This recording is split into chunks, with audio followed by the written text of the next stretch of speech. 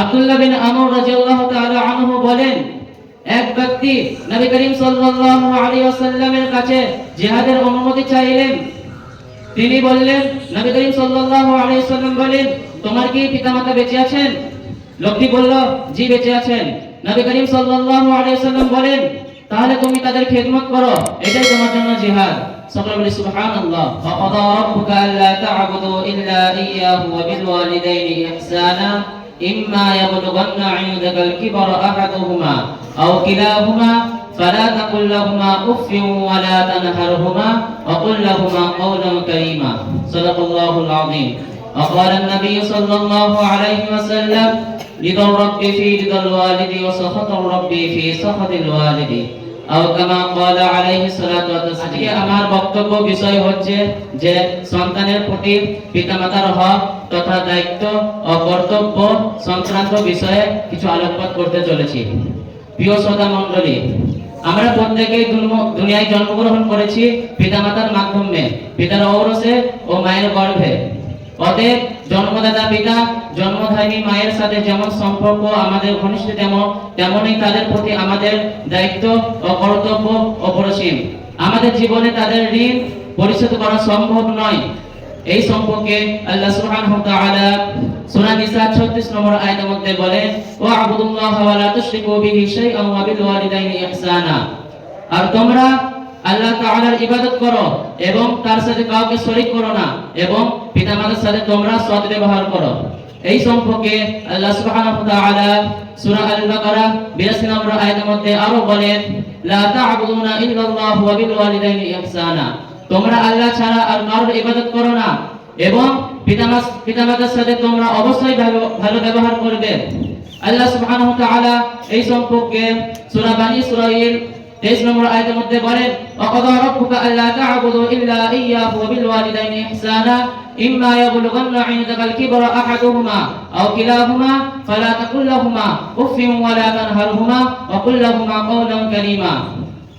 তোমার প্রতিপালক আদেশ দিয়েছেন যে আল্লাহ সুবহানাহু ওয়া তাআলা ছাড়া অন্য কারোর ইবাদত করো না, এবং পিতামাতার সাথে তোমরা সৎ ব্যবহার করো।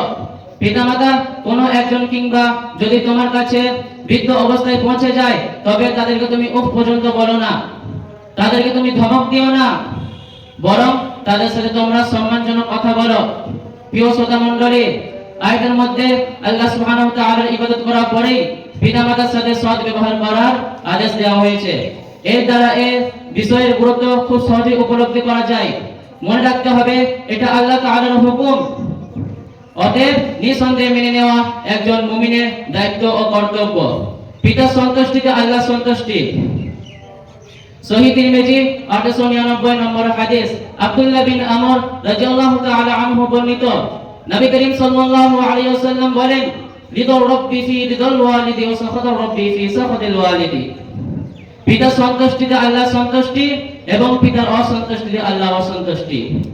এক হাদিসে বলা হয়েছে, নবী করিম সাল্লাল্লাহু আলাইহি ওয়াসাল্লামকে জিজ্ঞাসা করা হলো, মা হাক্কুল ওয়ালিদাইনি আলা ওয়ালাদিহিমা, সন্তানের উপর পিতামাতার কি অধিকার আছে? নবী করিম সাল্লাল্লাহু আলাইহি ওয়াসাল্লাম বলেন, হুমা জান্নাতুকা ওয়া নারুক, তারা হচ্ছে দুজনেই তোমার জান্নাত বা জাহান্নাম। অর্থাৎ পিতামাতা সন্তুষ্টি ও অসন্তুষ্টি সন্তানের জান্নাত বা জাহান্নাম যাওয়া নির্ভর করে। নবী করিম সাল্লাল্লাহু আলাইহি ওয়াসাল্লাম আরো বলেন, যে ব্যক্তি পিতামাতার ব্যাপারে আল্লাহ সুবহানাহু ওয়া তাআলার আদেশের অনুবর্তী হয়, অর্থাৎ আল্লাহ সুবহানাহু ওয়া তাআলার আদেশ মতো পিতামাতার খেদমত করে, তার জন্য জান্নাতের দুটি দরজা খুলে যাবে। সকলে বলি সুবহানাল্লাহ।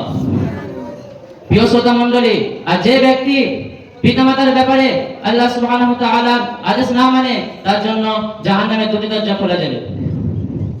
প্রিয় শ্রোতা মণ্ডলী, এই কথা শুনে জৈনব সাহাবা জিজ্ঞাসা করলেন, ইয়া রাসূলুল্লাহ সাল্লাল্লাহু আলাইহি ওয়াসাল্লাম, যদি পিতামাতা যদি সন্তানের উপর জুলুম করে, তবু কি সন্তান ফলে সম্পর্ক পিতামাতার সাথে সম্পর্ক ছিন্ন করে দেয়, তবু কি সন্তানকে জাহান্নামে যেতে হবে?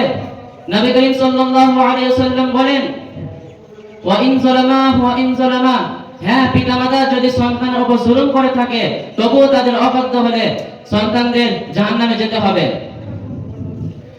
মাতা পিতার হক সন্তানের উপর এতই বেশি যে তাদের অনুমতি ছাড়া জিহাদের মতো দায়িত্ব তিনি পালন করা জায়েজ নয়। আব্দুল্লাহ বিন আমর রাদিয়াল্লাহু তাআলা আনহু বলেন, এক ব্যক্তি নবী করিম সাল্লাল্লাহু আলাইহি ওয়াসাল্লামের কাছে জিহাদের অনুমতি চাইলেন। তিনি বললেন, নবী করিম সাল্লাল্লাহু আলাইহি ওয়াসাল্লাম বলেন, তোমার কি পিতামাতা বেঁচে আছেন? লোকটি বলল, জি বেঁচে আছেন। নবী করিম সাল্লাল্লাহু আলাইহি ওয়াসাল্লাম বলেন, তাহলে তুমি তাদের খেদমত করো, এটাই তোমার জন্য জিহাদ। সকলে বলি সুবহানাল্লাহ। প্রিয় শ্রোতা মণ্ডলী, আমরা কুরআন ও হাদিসের মাধ্যমে এটা জানতে পারলাম যে পিতামাতার অনুমতি ছাড়া জিহাদও জায়েজ নয়। এক হাদিসে বলা হয়েছে, পিতামাতার দিকে যদি সন্তান মহব্বতের সাথে তাকায় তাহলে উমরা হজের সমতুল্য সওয়াব পাওয়া যাবে। সকলে বলি সুবহানাল্লাহ।